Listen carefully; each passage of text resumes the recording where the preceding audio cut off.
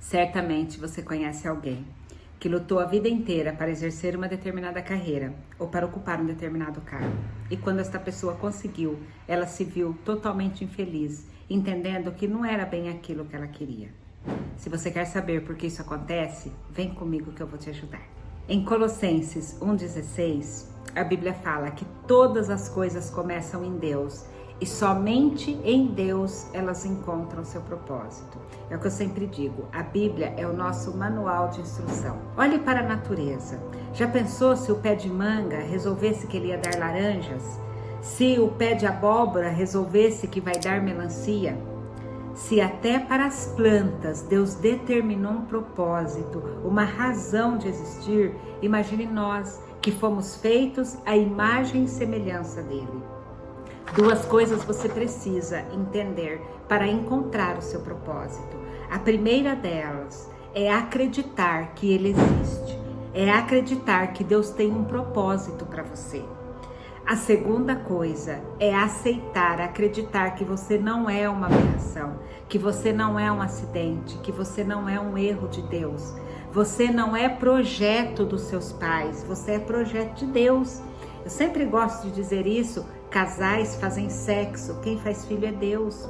Ou seja, se você nasceu nesse pai, nessa mãe, por mais abusivos que eles fossem, por mais que você tenha sofrido, tudo estava no controle de Deus. Assim como esteve a história de José, assim como esteve a história de Moisés, todo o sofrimento, toda a tristeza, toda a decepção, toda a luta pelas quais eles passaram e muitos outros personagens bíblicos estavam no controle de Deus. Então, para você encontrar o teu propósito, entenda que ele existe e ele foi determinado por Deus. E o nosso grande desafio é descobrir que propósito é esse.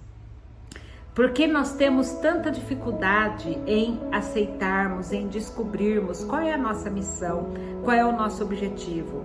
Porque muitos de nós temos a vida dirigida por culpa, por medos, por vergonha, por frustrações de todos os tipos, mágoas, rancores, e tudo isso vai nos afastando da nossa essência e, consequentemente, do nosso propósito. Nós ficamos presos ao nosso passado, nós somos frutos dele, mas não podemos ser prisioneiros do nosso passado. Eu gosto muito de uma frase que tem no filme Capitã Marvel, que até então ela perde todas as lutas, até que ela ouve: você luta com suas emoções e elas são impulsionadas pelo teu passado. Muitas das decisões que você tomou hoje, muito das crises que você tem hoje, tem a ver com situações que você viveu lá na infância e ainda hoje estão dirigindo a sua vida. Eu gosto muito de uma metáfora, né? Jesus falava por metáfora, eu gosto muito de usar metáforas também para elucidar algumas coisas. Tinha um menino e ele veio de um relacionamento onde o pai era muito abusivo, muito agressivo, batia, gritava, e a mãe desse menino era muito sábia. E este menino, ao longo dos anos, ele foi desenvolvendo uma raiva, uma mágoa, rancor por aquele pai, e ele não conseguia perdoar aquele pai. E aquela mãe sempre dizia: filho, perdoe seu pai, tire essa mágoa do seu coração. E ele dizia: não vou tirar porque não fui eu quem colocou. Filho, tira essa mágoa do seu coração. Não vou tirar porque não fui eu quem colocou. Um certo dia, esse garoto passeando com a mãe, a janela do carro aberta, ele dirigindo, alguém jogou uma pedra e esta pedra caiu aos pés da mãe dele. E a mãe ali fingiu que aquela pedra não estava ali, continuou conversando com ele e ele foi se incomodando com aquela pedra. Num dado momento ele falou: mãe, tira essa pedra, joga pela janela de novo. E ela falou: filho, eu não posso fazer isso porque não fui eu quem colocou, não fui eu quem jogou. E ali ele entendeu que ele não precisa guardar as pedras que jogam nele simplesmente porque não foi ele quem colocou. Que é perfeitamente possível você pegar uma pedra que jogaram em você, você pegar o mal que te fizeram e jogar pela janela e tirar de dentro de você. Lembrando, você é produto do seu passado, não se permita ser escravo dele. Quem te feriu no passado não pode continuar te ferindo, a menos que você alimente o ressentimento. Às vezes a pessoa que te feriu nem lembra mais de você, mas enquanto você alimentar este ressentimento, ela continua te ferindo dia após dia. Clarice, como que eu faço então? Tem uma estrada, duas estradas que te levam em direção ao seu propósito: o perdão e a gratidão. Nós precisamos perdoar todas as pessoas que de alguma forma nos ofenderam e todas as pessoas que ainda vão nos ofender, porque enquanto nós estivermos nesse mundo, enquanto nós vivermos, nós estaremos sujeitos a críticas, a ofensas, a frustrações, a decepções, e nós escolhemos se nós vamos ingerir este veneno ou não. Né? Hoje as pessoas falam, né? Aliás, já sempre isso, depois que morre vira santo, porque enquanto a pessoa está viva é só pedrada que ela recebe, é só pancada de todos os lados, e nós precisamos aprender a lidar com isso para nós seguirmos a nossa vida e encontrarmos a razão pela qual estamos aqui. Senão a gente fica parando para todo, como o pessoal fala, né? Os cães ladram e a caravana passa. Se você ficar parando para todo cão que latir para você, para todo cão que fizer alguma ofensa para você, você nunca vai viver o seu propósito nesta terra. Pare de olhar para isso. Hoje é até uma profissão, né? Os haters, pessoas frustradas que gastam tempo para criticar os outros, para alfinetar os outros, para de alguma forma tirar a paz dos outros. Aprenda a ignorar este tipo de gente. São só pessoas frustradas com a própria vida e invejosas. Você tem um propósito, você tem uma missão. Acredite nela e coloque toda a sua energia em descobrir que propósito é esse. Clarice, por que isso é tão importante? Porque conhecer o propósito da tua vida faz com que ela tenha sentido. Uma vida sem propósito é uma vida sem sentido. E quando a tua vida tem sentido, você suporta muito mais peso. Do contrário, a tua vida fica insuportável.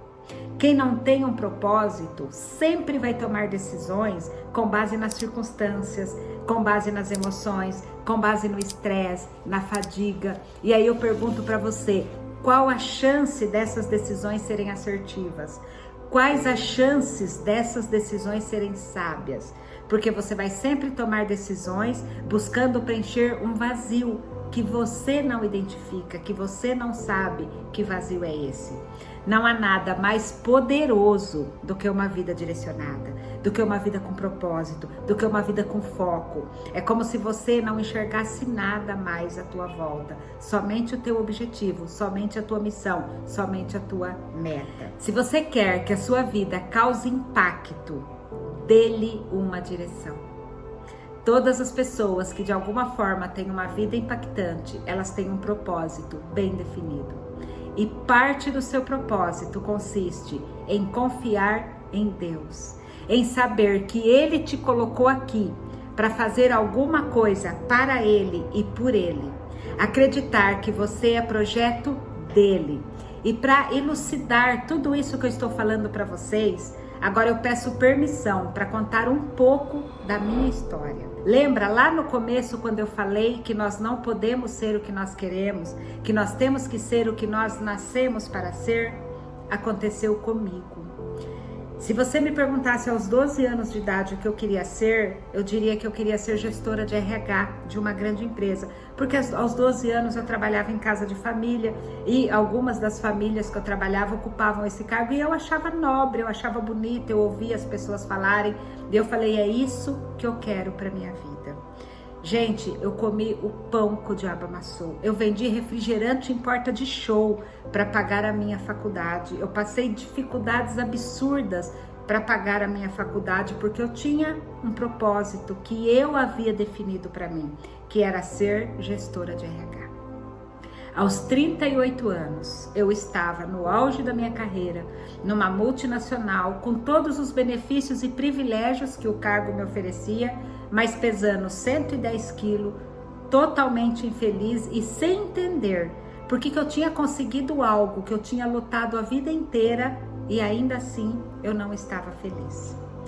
Em 2004, meu casamento passou por uma crise e nessa época eu conheci uma pessoa muito iluminada e essa pessoa me apresentou Deus de uma forma que eu nunca tinha ouvido falar. E ela me ensinou a ter intimidade com Deus sem precisar de intermediários.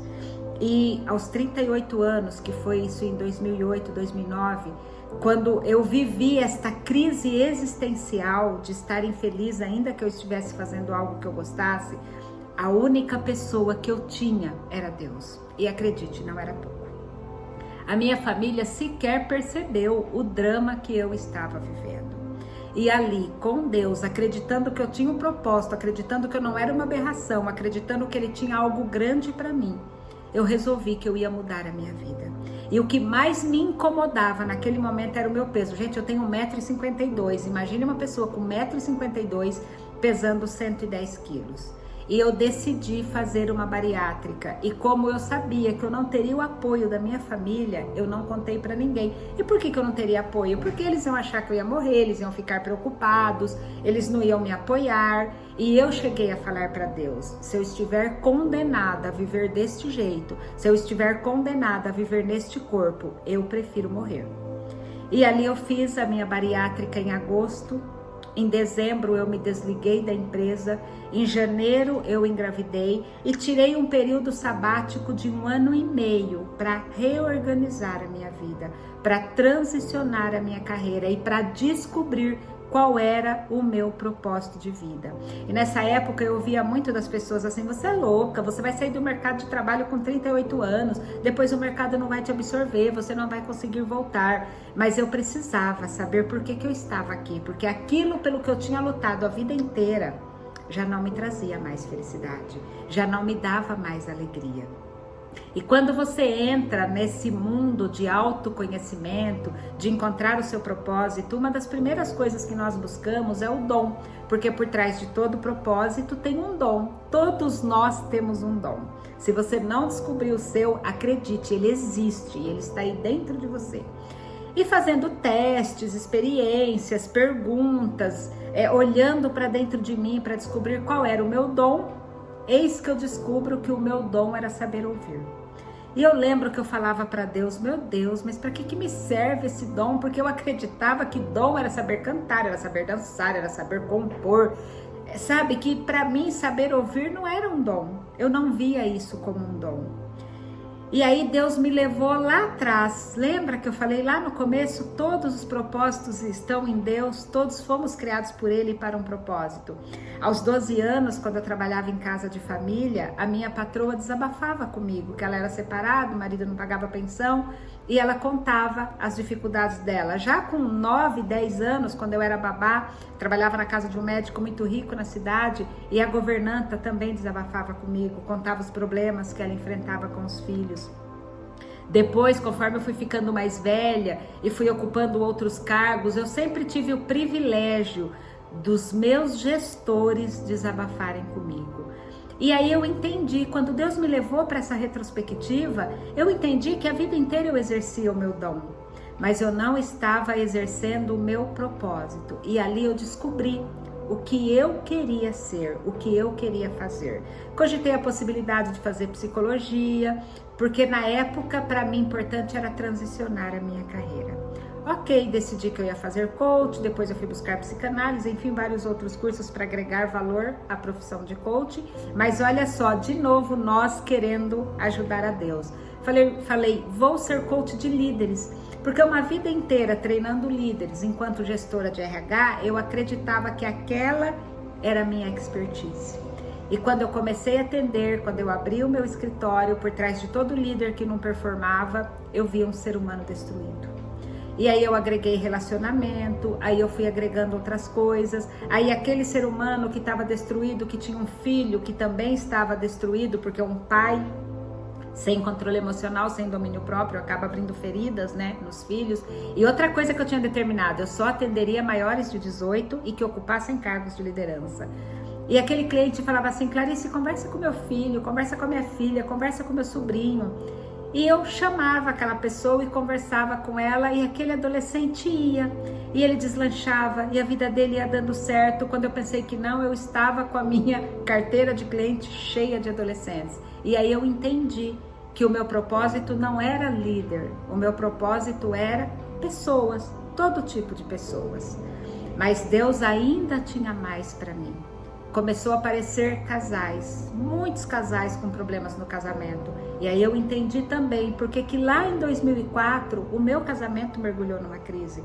Porque eu precisava aprender a tirar um casamento da crise para ajudar outras pessoas a tirar os seus casamentos da crise. Como você tem lidado com as crises que você enfrenta? Você as vê como uma dádiva de Deus, um aprendizado, uma lição? Ou você vê como um castigo, uma punição, alguma coisa muito ruim? Lembra que eu falei? O perdão e a gratidão. Aprenda a ser grato até pelas coisas ruins que te acontecem. Eu espero que a minha história, o que eu passei, possa te ajudar a encontrar o teu propósito, a saber que você está aqui por uma razão.